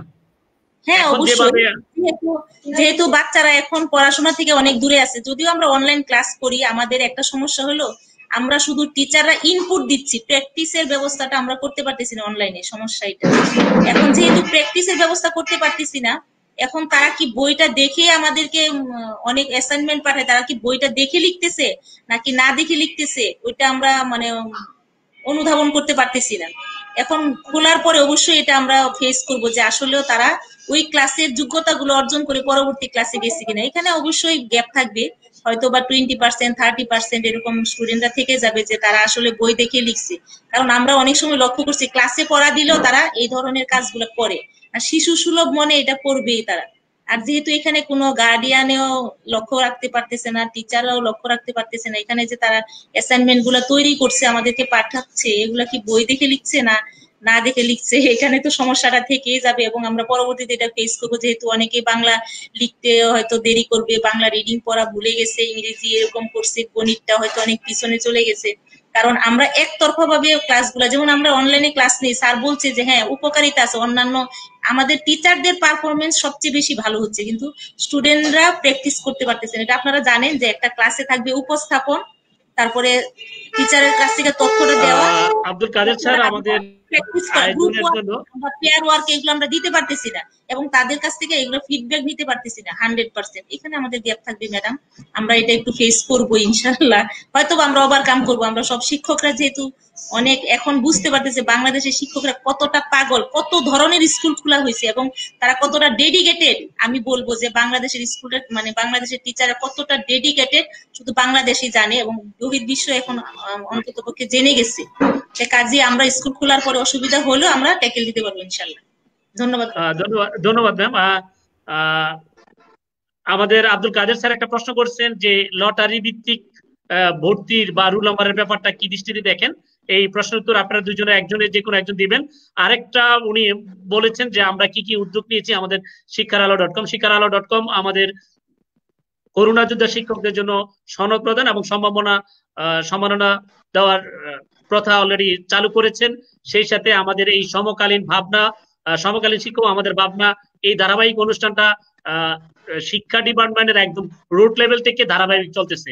আশা করি আমরা যে রুট লেভেলের যে ব্যাপারটা অর্থাৎ ফিল্ডের থেকে শিক্ষার সত্যিকারের ফিডব্যাক আমাদের অনুষ্ঠানের মাধ্যমে চলে আসবে দিন দিন। ধন্যবাদ স্যার। আব্দুল কাদের স্যারকে ধন্যবাদ। লটারি মাধ্যমে যে আমরা ভর্তি প্রক্রিয়া করবো সেটাকে কোন দৃষ্টিতে দেখছি, আপনারা যে কোনো একজন এটার উত্তর দিতে পারেন। ধন্যবাদ স্যার, আমি উত্তরটা দেই পরে মহসিন স্যার। আমি এই ব্যাপারে আমি প্রথমে বলতেছি আমি রাঙ্গানাবার সাথে একটু অ্যাড করব স্যার। আমি একটু আগে বলি, প্যান্ডামিকের আগেও কিন্তু লটারির মাধ্যমে ভালো ভালো স্কুলে ভিকারুন্নেসা নূন আপনারা জানেন ঢাকার মধ্যে সবচেয়ে ভালো স্কুল, রেসিডেন্সিয়াল মডেল, এগুলোতে ছিল আগেই, প্যান্ডামিকের পূর্বেই লটারির মাধ্যমে। কাজে প্যান্ডামিকের সময় তো এটা হতেই পারে, এটা সরকারের একটা ভালো দৃষ্টিকোণ আমি মনে করি। ওয়ানে যদি ছাত্ররা ক্লাস 1-এ ভর্তির যোগ্য হয় এবং তাদেরকে লটারির মাধ্যমে দেওয়া হয়, তো ভাগ্য সুপ্রসন্ন। প্যান্ডামিকের আগে যেটা ছিল এখন বর্তমানে এটা অবশ্যই ভালো, এটা আমি খারাপ দৃষ্টিতে দেখতেছি না। কারণ আমাদের স্টুডেন্টরা যেহেতু পড়তে পারতেছে না, তাদেরকে আমরা তাদের দৌড় করে যেতে পারতেছি না 100%, এখানে একটু শিথিল হওয়াটা মানে আমি মনে করি যে এটা দূরদৃষ্টি সম্পন্ন শিক্ষা মন্ত্রণালয়ের সিদ্ধান্ত যদি হয়। ধন্যবাদ। ধন্যবাদ। মহসিন স্যার একটু অ্যাড করতে চাচ্ছিলেন? জি হ্যাঁ জি, আমি আপার সাথে একটু অ্যাড করি। লটারি সিস্টেমটা আমি মনে করি এখন বর্তমানে পরিস্থিতিতে সেটা যুগোপযোগী। শুধু তাই না, এখন পরীক্ষার মাধ্যমে ভালো ভালো ছাত্ররা শুধু ভালো ভালো স্কুলে পড়বে। একদম নামকরা একটা স্কুল, সেখানে 1000 ছাত্র পরীক্ষা দেওয়ার মাধ্যমে দেওয়ার পরে 200 ছাত্র ভর্তি হবে এবং 200 ছাত্র এ প্লাস পাবে। এই 200 ছাত্র তো এই 1000 মধ্যে 5 গ্রেড হয়েছে, তারা তো এই ভালো স্কুলে পড়া দরকার কি, যেখানে 10 পড়ে সেখান থেকে তারা এ প্লাস পাইতে পারে, ভালো রেজাল্ট করতে পারে। এখন ভালো মন্দ মিলাইয়া একসাথে পড়ানোর পরে গ্রামের প্রত্যন্ত এলাকার মধ্যে যে একবারে লাস্ট বেঞ্চের যে স্টুডেন্টরা সেগুলো ভালো স্কুলে ভর্তি হোক, হওয়ার পরে তারপরে রেজাল্টগুলো আসুক, তাইলে বোঝা যাবে যেখানে স্কুলের একটা কৃতিত্ব আছে। শুধুমাত্র ভালো ভালো ছাত্র ভর্তি করার পরে ভালো রেজাল্ট, সেখানে কৃতিত্বটা পুরোপুরি বহন করে মনে করি না।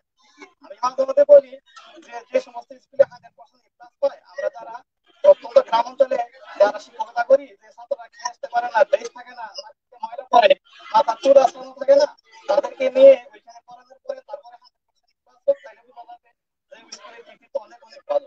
1000 মতন ভর্তির মতন 200 জন ছাত্র 50 জন ছাত্র পরীক্ষা নিয়ে ভালো রেজাল্ট করবে তা না। এই জন্য আমরা মনে করি এখানে ভালো মন্দ সবকিছু যার ভাগ্য ভালো আছে পরে সেখানে লটারিতে তো দিতে হবে এবং লটারিতে তারা ভর্তি পাবে। এই জন্য অনেক ছাত্রের ইচ্ছা আছে সেখানে পড়বে, অনেক বাবা মার ইচ্ছা আছে আমার বাচ্চারা আমি সেখানে পড়াইতে পারতাম, কিন্তু সে হয়তো ভর্তি হইতে ভালো না করতে পারে। একটা ছাত্র ভর্তির পরে ভালো না করলে সে আজীবন ভালো করবে না তা না। একটা স্কুলে অন্তত 5 বছর তো পরে, 5 বছর তো একদম স্টুডেন্টের মেধা শুধু মাইন্ডেড থাকে তা না। এখানে সে ভালো করতে পারে, ভালো গাইড পেলে ভালো এখানে অথবা নিজে ভালো হইতে পারে।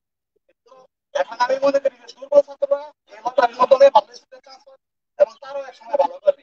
ভালো মন্দ নিলেই বাংলাদেশ, ভালো মন্দ নিলে আমরা সুতরাং এখানে লটারি এই মুহূর্তে লটারি অবশ্যই একটা পদক্ষেপ এবং লটারিটা সবসময় থাকুক সেটা আমরা কামনা করি।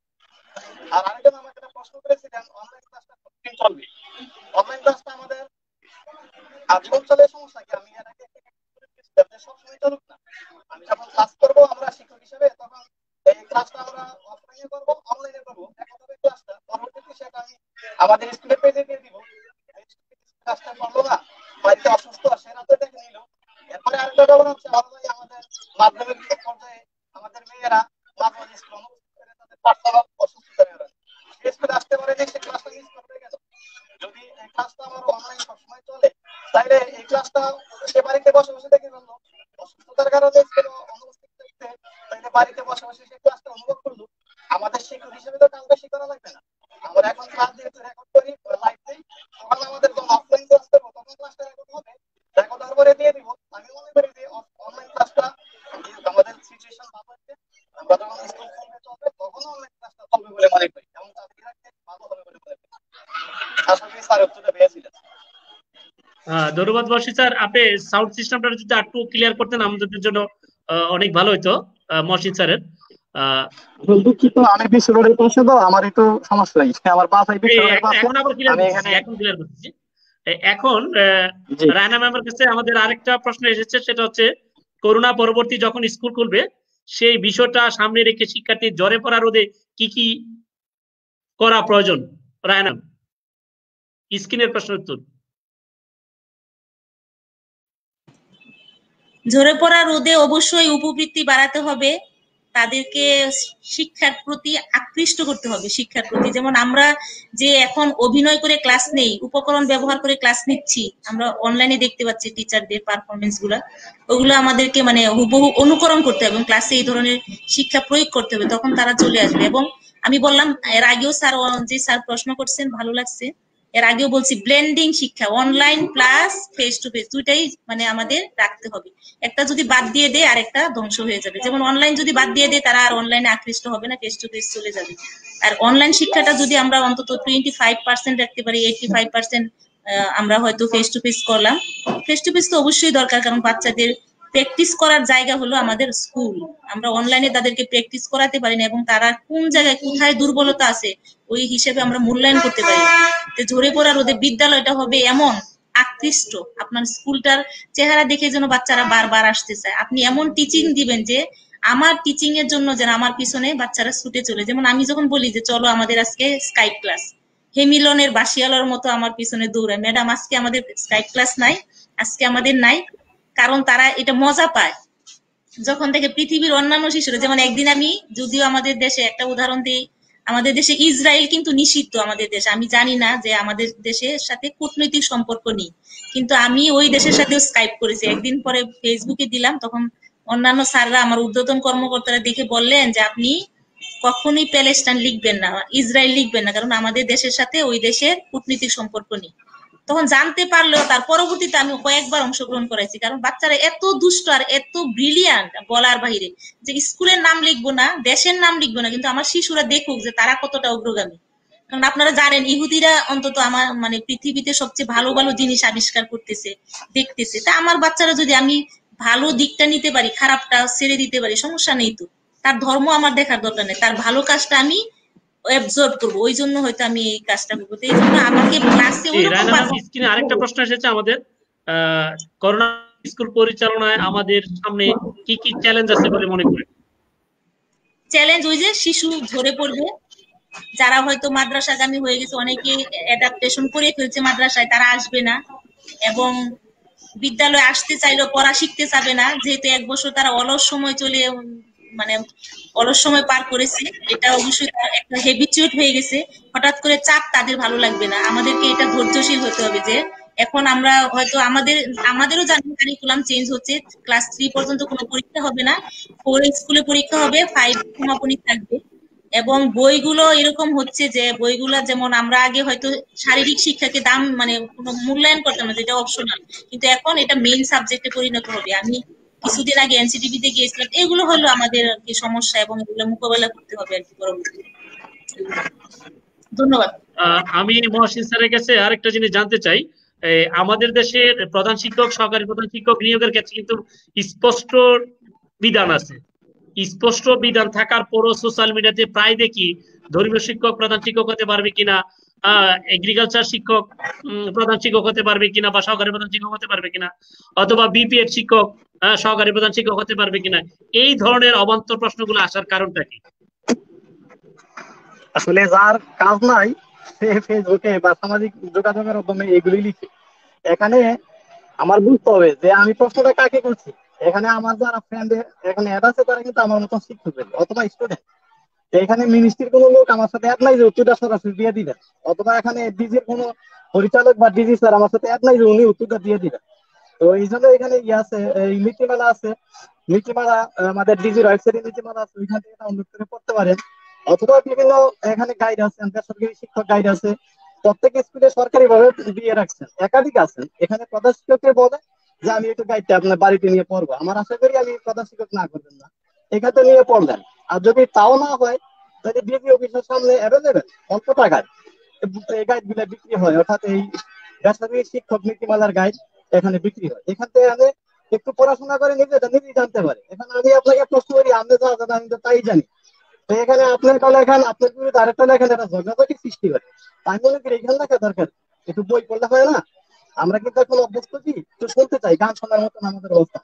আমরা পড়াশোনা শুনতে শুনতে পছন্দ করি, আমরা ক্লাসও শুনতে পছন্দ করি, অন্যের কথাও শুনতে পছন্দ করি, কিন্তু আমরা পড়তে পছন্দ করি না।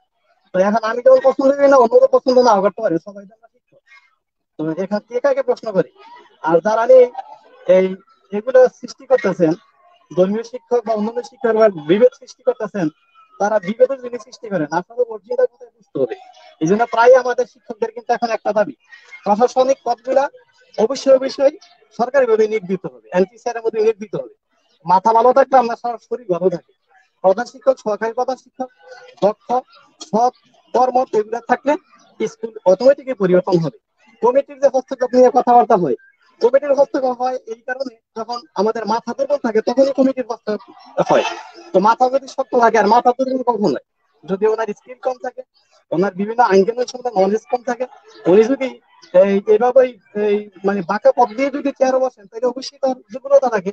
তো বাঁকা পথ দিয়ে চেয়ারে বসা এবং মাথাটাকে, আমাদের প্রতিষ্ঠানের মাথাকে শক্ত রাখার জন্য, আরো সাবলীল রাখার জন্য আমি আপনার এই আজকের এই লাইভের কথাবার্তার মাধ্যমে দাবি জানাচ্ছি যে অবশ্যই যেন প্রশাসনিক পদগুলা এনপিসিআর এর মাধ্যমে নিয়োগের ব্যবস্থা করা হয়। জি, আমি আপনার সাথে একমত, এবং আমাদের অনুষ্ঠান নিশ্চয়ই কোনো কর্তৃপক্ষ দেখতেছেন এবং তারা নিশ্চয়ই আমাদের ভালো চান, এবং এই ব্যাপারে নিশ্চয়ই ভবিষ্যতে আরো নীতিমালা আসবে বলে আমাদের বিশ্বাস। আরেকটা প্রশ্ন, আপনি যেহেতু শিক্ষকদের অধিকার নিয়ে কাজ করেন, বর্তমানে আমাদের এমপিভুক্ত প্রতিষ্ঠানগুলা সরকারি সুযোগ সুবিধার অনেকাংশে, প্রায় আমি বলবো সিংহভাগ সুযোগ সুবিধাই কিন্তু আমরা পাই। তো সেই ক্ষেত্রে আর বাকি কিছুটার জন্য মহসিন স্যার হয়তো বা আমাদের টেকনিক্যাল প্রবলেমের কারণে হয়তো বিচ্ছিন্ন হয়ে গেছেন। আমরা আশা করি স্যার চলে আসবেন। এখন রায়না ম্যামের কাছে আমার আরেকটা জিনিস জানার আছে, সেটা হচ্ছে করোনাকালীন শিক্ষার্থীদের যে স্বাস্থ্যবিধি সম্পর্কে আমরা কি কি করতে পারি বিদ্যালয়ে। আমরা অবশ্যই বারবার হাত ধোয়ার ব্যবস্থা, ধন্যবাদ শুভ স্যার, আমরা অবশ্যই বারবার হাত ধোয়ার ব্যবস্থা করতে পারি, এবং হ্যান্ড ওয়াশের একটা জায়গা নির্মাণ করতে হবে আমাদেরকে, যাতে বাচ্চারা সহজে, শিক্ষার্থীরা যেতে পারে এবং সহজে হাতটা ধুয়ে আসতে পারে এই ধরনের। এবং অবশ্যই আমাদের হ্যান্ড স্যানিটাইজার রাখতে হবে, টিস্যু রাখতে হবে, মাস্কের ব্যবস্থা করতে হবে। মাস্কটা আমরা যদি বিদ্যালয় কর্তৃপক্ষ দিতে পারি এবং সস্তার মধ্যে, যাতে তারা প্রতিদিন পরে এবং এটা আবার রিইউজ করতে পারে, এই ধরনের ব্যবস্থা করতে পারি। এবং সামাজিক দূরত্বের জন্য অবশ্যই স্কুলে যখন ঢুকবে আমরা হয়তো এমন একটা সাইন দিতে পারি যে 3 ফিট দূরে দূরে দূরে দূরে, তারা যখন অ্যাসেম্বলিতে দাঁড়াবে 3 ফিট দূরে দূরে, যখন বা আমরা ক্লাসে এইভাবে দাঁড়ানোর ব্যবস্থা, মাঠে যাদের মাঠ বড়, যাদের মাঠ ছোট, তারা হয়তো 2 শিফটে অ্যাসেম্বলিটা বা 3 শিফটে করলো। তারপরে ক্লাসে আমরা এমন ভাবে ব্যবস্থা করব যে একটা বেঞ্চে 2 জনের বেশি শিক্ষার্থী না বসে, কারণ শিশুরা আক্রান্ত হলে তো আমাদের এই সমস্যা, অভিভাবকদের সমস্যা এবং শিক্ষকদের সমস্যা। এভাবে আমরা, এবং স্কুলটা অবশ্যই শিফটিং করতে হবে। একবারে যেহেতু এক ক্লাসে আমরা 70 জন 80 জন স্টুডেন্ট আমরা বসাতে পারবো না, এরকম ধরনের অ্যাকোমোডেশন আমাদের দেশে নেই। তো এটা আমরা হয়তো কয়েকটা শাখায় বিভক্ত করে মর্নিং শিফট, ডে শিফট, এই ধরনের শিফটিং করবো স্কুলটা, করে আমরা নতুন বিশ্বকে মোকাবেলা করবো ইনশাল্লাহ, সবাই পারবো, এটাই আমার মনে হয় যে হবে আর কি। স্যার কি আমার কথা শুনতেছেন? মহসিন স্যার, আপনি কি আমাদের কথা? হ্যাঁ, আমি আপনার কাছে যে প্রশ্নটা জানতে চাইছিলাম যে আপনি যেহেতু শিক্ষক অধিকার নিয়ে কাজ করেন, তো সেক্ষেত্রে শিক্ষকদের, আমাদের এমপিভুক্ত প্রতিষ্ঠানগুলো প্রায় সিংহভাগ সুযোগ সুবিধা আমরা সরকারি পেয়ে থাকি। এখন এই সিংহভাগ সুযোগ সুবিধা, আমাদের আরেকটা প্রশ্ন আছে, রায়না ম্যাম আপনি একটু নোট রাখেন, এই প্রশ্নের উত্তরটা আপনার কাছে আমি যাবো। মহসিন স্যারের কাছে এখন জানতে চাচ্ছি সেটা হচ্ছে এই কিছু অংশ, অর্থাৎ আমরা সিংহভাগ সুযোগ সুবিধা সরকারি পাই, এই বাকি 10% পাওয়ার জন্য যে যোগ্যতা বা যে দরকার, মানে আমাদের যে ঐক্য দরকার, আমাদের যে একটা ফিডব্যাক দরকার, আমরা যদি সঠিকভাবে ফিডব্যাক দিতে পারি জাতিকে, তাহলে জাতি অবশ্যই আমাদেরকে মূল্যায়ন করবে। এই ক্ষেত্রে আমাদের কি ভূমিকা আছে, বা আমাদের যারা নেতা আছেন তাদের কি ভূমিকা আছে? ধন্যবাদ শুভ স্যার। আসলে যে এলাকায় সরকার বেশি সে এলাকায় কিন্তু ভালো বিচার হয় না। আপনি মনে করেন আপনি একটা গ্রামে বাস করেন, সেই গ্রামের মধ্যে যদি কিন্তু একজন গণতন্ত্র তো বলা অথবা যায় যে যেখানে দুইজন, গণতন্ত্র আছে। হ্যাঁ তাইলে গণতন্ত্র ঠিক আছে, কিন্তু সেখানে বিচার ভালো হয়। এখন তো আমাদের এই বিচারক বেশি, আমাদের বিচার যারা নিয়ে চাবে তার সংখ্যা কম। আমাদের মাধ্যমিক শাখা মাধ্যমিক পর্যায়ে এমন অবস্থা হয়েছে, বেসরকারি স্কুলের মাধ্যমে স্কুল কলেজ মাদ্রাসা যাই বলি, এখানে শিক্ষকের চেয়ে আমার মনে হয় নেতা বেশি হয়ে গেছে। এই জন্য কাঙ্ক্ষিত লক্ষ্যে পৌঁছানো কঠিন হচ্ছে। এখানে রাজনীতি একটা গা যারা দিয়েছে, শিক্ষকদের স্বার্থের চেয়ে ব্যক্তিগত স্বার্থ কিছু আছে। সেই কারণে আমার মনে হয় এই আমাদের ভাগ্যের পরিবর্তনটা খুব তাড়াতাড়ি হচ্ছে না। এখানে সরকার, আমাদের না না, দেশ পেশাজীবী সংগঠনে আস্তে আস্তে কিন্তু স্যার মধ্যমার দেশ রাজনীতির সাথে হয়ে যাচ্ছে। সম্পৃক্ত থাকতে পারে, তবে সেটা সক্রিয় না।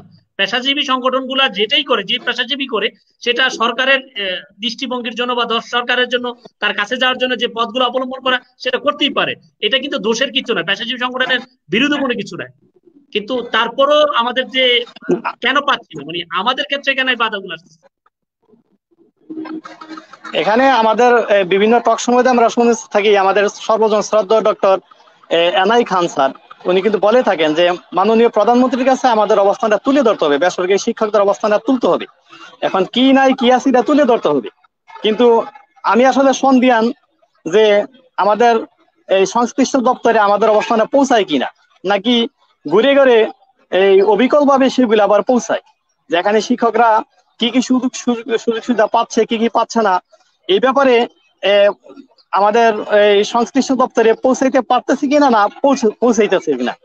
যদি পৌঁছে থাকে আমার মনে হয় আমাদের জন্য কিছু একটা হয়ে যেত। কারণ 1,000 টাকা বাড়ি ভাড়া কখনোই এই দেশে কেউ বিশ্বাস করবে না যে 1,000 টাকা বাড়ি ভাড়া দিয়ে কেউ মানুষ থাকতে পারে, শিক্ষকটা দূরের কথা। এখন বাংলাদেশের বিভিন্ন এলাকার মাধ্যমে শিক্ষকেরা এক থানা থেকে অন্য থানায়, এক জেলা থেকে অন্য জেলায় চাকরি করেন। শুধু ঘরে বসে থাকেন তাও না, আবার যারা নিজের বাড়িতে বসে চাকরি করেন তারাও কিন্তু ছেলে মেয়ে পড়ানোর খাতিরে একটা বাসা করে থাকতে হয়। তো সেখানে বর্তমানে 950 টাকা যেখানে ওই আমাদের গ্যাস বিল আর বিদ্যুৎ বিল 1,000 টাকা নিম্নতর সবারই আসে, সেখানে যে 1,000 টাকা বাড়ি ভাড়া, এই কথাটা আসলে বাবার মতো না। আর এই কথাটা শুনতে আর ভালো লাগে না, আর বলতে কিন্তু এখনো ভালো লাগে না। তো এখন আমরা আপনার মাধ্যমে এখানে দাবি জানাই, সরকার যেন আমাদের এই ব্যবস্থাটা দেখেন। এখানে 1,000 টাকা বাড়ি ভাড়া আর 500 টাকা মেডিকেল ভাতা, এই ব্যাপারগুলো যেন অন্তত পক্ষে দেখেন। আর অন্যান্য গুলো বললামই না, যে মানবিক দৃষ্টিতে হইলে যেন এই ব্যাপারে দেখেন। এই জন্য আমি মাননীয় শিক্ষামন্ত্রী এবং প্রধানমন্ত্রীর কাছে আজকে এইখানে আপনার এই আলোচনার মাধ্যমে এই সকল শিক্ষকদের পক্ষে জোর দাবি জানাচ্ছি। ধন্যবাদ স্যার। রায়না ম্যাম, আপনার কাছে একটা আমাদের দর্শক প্রশ্ন করেছিলেন, যদি সে প্রশ্নের রিপ্লাই উত্তরটা দিতেন। হ্যাঁ, আমি প্রশ্নটা মনে আছে। ধন্যবাদ। দর্শক কে ছিলেন? স্যার অনেক সুন্দর একটা প্রশ্ন করেছেন যে স্বাস্থ্যবিধি কার্যকর ও শিশু নিরাপত্তার আপনার প্রতিষ্ঠান কতটুকু প্রস্তুত বলে মনে করেন? স্যার অনেক ধন্যবাদ আপনার প্রশ্নের জন্য। আমি এই বছর সংস্কারের জন্য টাকা পেয়েছিলাম 1,50,000। তারপর এখন আবার নিট বেজের জন্য পেয়েছি 1,50,000। কাজে বুঝতেই পারছেন আমার স্কুলে অনেক অনুদান সরকারের, এবং 70,000 টাকা দিয়েছে স্লিপের জন্য। স্লিপ মানে বাচ্চাদের কি কি দরকার, মানে হ্যান্ড স্যানিটাইজার, হারপিক, সাবান এবং হ্যান্ড ওয়াশের জন্য যাবতীয় টাকা সরকার সাপ্লাই করেছে। এই জন্য আমার স্কুলটা, আমি মনে করি যে যদি এক শিফটের স্কুল 2 শিফট করে দেয় তাহলে আমার 100% আমি প্রস্তুত, কারণ আমি সরকারি টাকা সুন্দরভাবে ইউটিলাইজ করি। এবং এখানে আমি আমার ব্যক্তিগত দরকার হলে যাতায়াত বাদে আমার ব্যক্তিগত পকেট থেকে দিব। আমাকে 1,50,000 টাকারই কাজ করতে হবে। কাজ করেছি এবং আমার কর্তৃপক্ষ 100% আমার উপর খুশি, এবং আমার স্কুল 100% প্রস্তুত যদি এক শিফটকে 2 শিফট করে দেয়। কারণ বাচ্চাগুলা যাতে, এক ক্লাসে আমার 70 জন আছে, কাজে এক ক্লাসে আমার বসানো সম্ভব না। 1 থেকে একদম 5 পর্যন্ত রিপোর্টে আমি একটা দেখেছি, রিপোর্টটা অবশ্য অনেক আগের, বলে আবিষ্কার হয়, টিকা আবিষ্কার হওয়ার পরও কিন্তু আমাদের দেশ থেকে এত দ্রুত করোনা যাচ্ছে না। সেই ক্ষেত্রে আমাদের বিদ্যালয়গুলো খুললে অবশ্যই স্বাস্থ্যবিধি মেনে আমাদের বিভিন্ন কাজকর্ম চালিয়ে যেতে হবে, আমাদের পাঠদানও চালিয়ে যেতে হবে। সেই ক্ষেত্রে আমাদের প্রত্যেকটি বিদ্যালয়ের একটা প্রস্তুতির ব্যাপার আছে। এই ক্ষেত্রে এই উত্তরটা আপনার কাছে পেয়েছি যে আপনি সঠিক মানে ব্যবস্থা নিচ্ছেন। মহাসিন স্যার, আপনার একটা বিদ্যালয়ের সহকারী প্রধান শিক্ষক, আপনাদের অবস্থান কিরকম, প্রস্তুতি কিরকম? মহসিন স্যার মনে হয় নেই।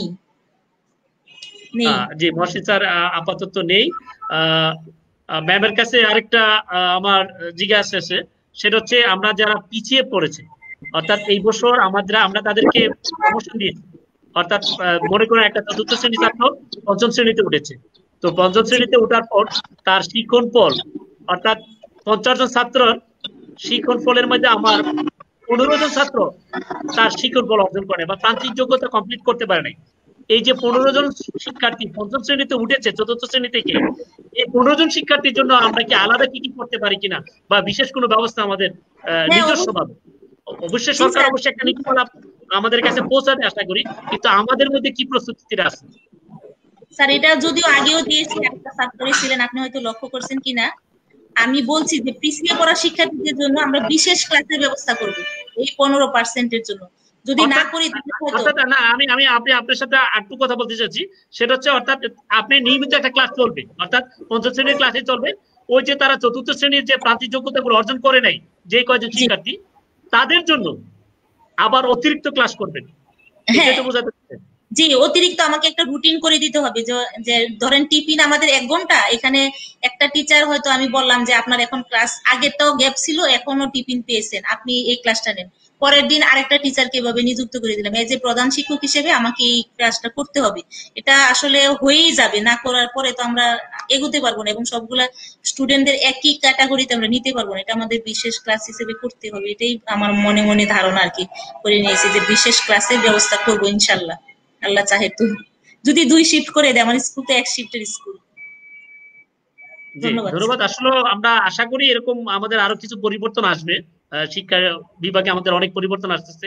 আমাদের যে এই করোনায় আমাদেরকে অনেক চ্যালেঞ্জিং এর মধ্যে ফেলে দিয়েছে, সেক্ষেত্রে আমাদের আরো অনেক প্রস্তুতির নির্দেশনা অবশ্যই আমরা পাবো। এখন অভিভাবক হিসাবে আপনি শিক্ষার্থীদেরকে কি গাইডলাইন করবেন? আমরা তো আমাদের শিক্ষকের পক্ষ থেকে কথা বলি, ধরে নিন আপনি একজন অভিভাবক, সেই ক্ষেত্রে আপনার করণীয়টা কি? যেমন অভিভাবক হিসেবে প্রথমে আমাকে টিচারদের কাছে শুনতে হবে যে কিভাবে করলে, যেমন আমার বাচ্চা কিভাবে করলে স্বাস্থ্যবিধি মেনে চললে যে স্কুলটা সুরক্ষা পাবে, শুধু আমার বাচ্চা না, আমার কাছ থেকে তো আরেকজন মানে অ্যাটাক হতে পারে।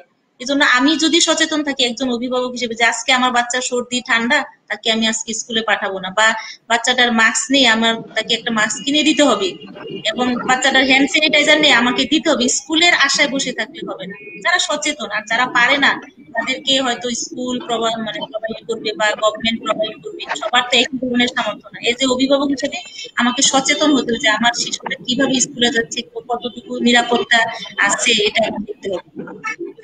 স্যার ধন্যবাদ। স্যার মিউট হয়ে আছেন মনে হয়, স্যার আপনাকে শুনতে পাচ্ছি না। জি, আমরা অনুষ্ঠানের প্রায় শেষ প্রান্তে চলে আসছি। এখন সর্বশেষ প্রশ্ন আপনার কাছে, শিক্ষার্থীদের উদ্দেশ্যে আপনার বক্তব্য।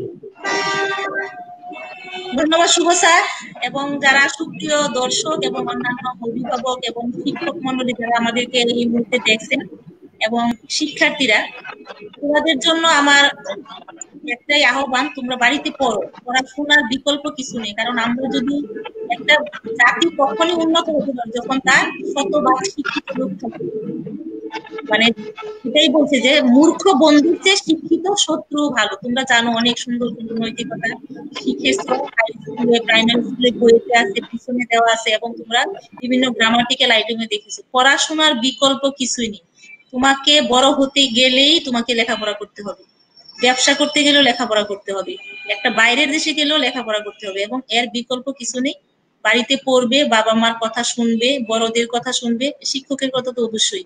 আর ইনশাল্লাহ আমরা খুব দ্রুতই স্কুল খুলবে, ভ্যাকসিন যেহেতু আবিষ্কার হচ্ছে, তোমরা স্কুলে আসবা, এবং অনলাইনে যে ক্লাসগুলো হচ্ছে বিভিন্ন পেজে, তোমরা এগুলো দেখবা, এবং পারো তুমি যতটুকু পারো হোমওয়ার্ক করে টিচারদের কাছে দিবা। এবং পড়াশোনার কখনোই কোনো বিকল্প নেই, পড়াশোনার ঊর্ধ্বে কোনো কিছু নেই। পড়াশোনা দিয়ে তুমি পৃথিবী জয় করতে পারবে।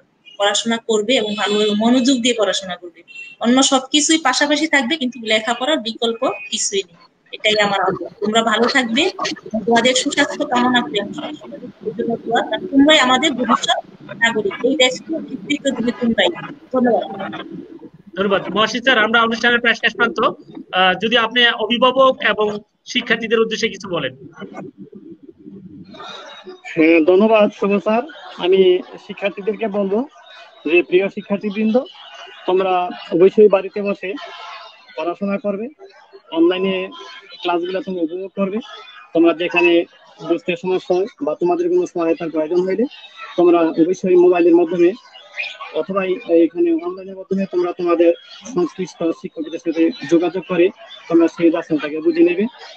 আর অভিভাবকের উদ্দেশ্যে বলতে চাই যে আপনাদের সচেতনতা পারে আপনার বাচ্চাকে চূড়ান্ত লক্ষ্যে পৌঁছে দিতে।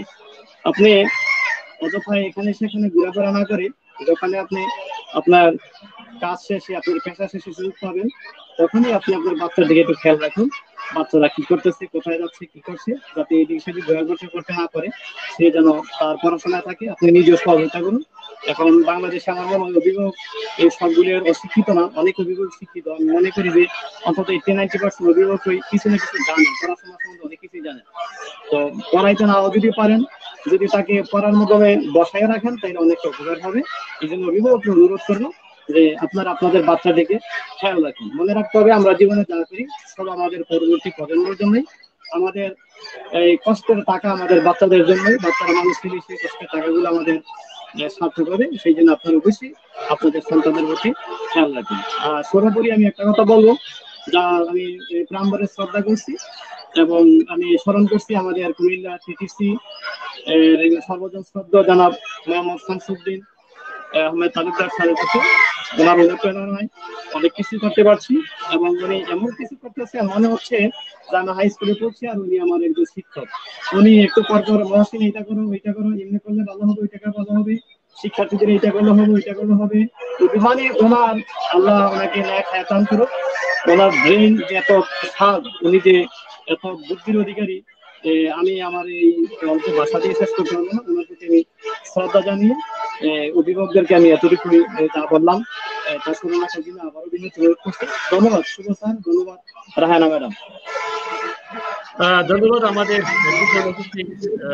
মেহমান বৃন্দ, এবং সেই সাথে আমিও মহসিন স্যারের সাথে বলতে চাই আমাদের শ্রদ্ধেয় শামসুদ্দিন আহমেদ তালুকদার স্যার, উনি তার দায়িত্বের বাহিরে আমাদের সাথে বিভিন্ন নির্দেশনা দিয়েছেন।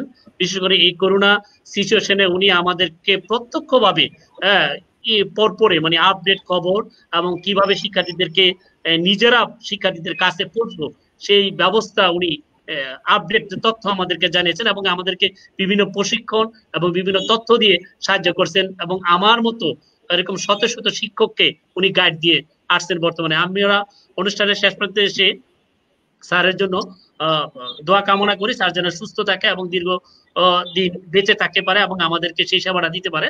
আজকের আলোচনায় আমরা যে যতটুকু বুঝতে পেরেছি সেটা হচ্ছে করোনা প্যান্ডামিক সিচুয়েশন হুট করে চলে যাবে না এবং তার যাওয়ার পরও আমাদেরকে অনেকটা পথ হাঁটতে হবে এবং এই অনেকটা পথ পাড়ি দেওয়ার জন্য আমাদের ভবিষ্যৎ প্রজন্মকে সুন্দর পৃথিবী দেওয়ার জন্য আমাদের মতো শত শত শিক্ষকরা আপ্রাণভাবে নিজেদের চেষ্টা প্রচেষ্টা উদ্ভাবন বিলিয়ে দিচ্ছেন।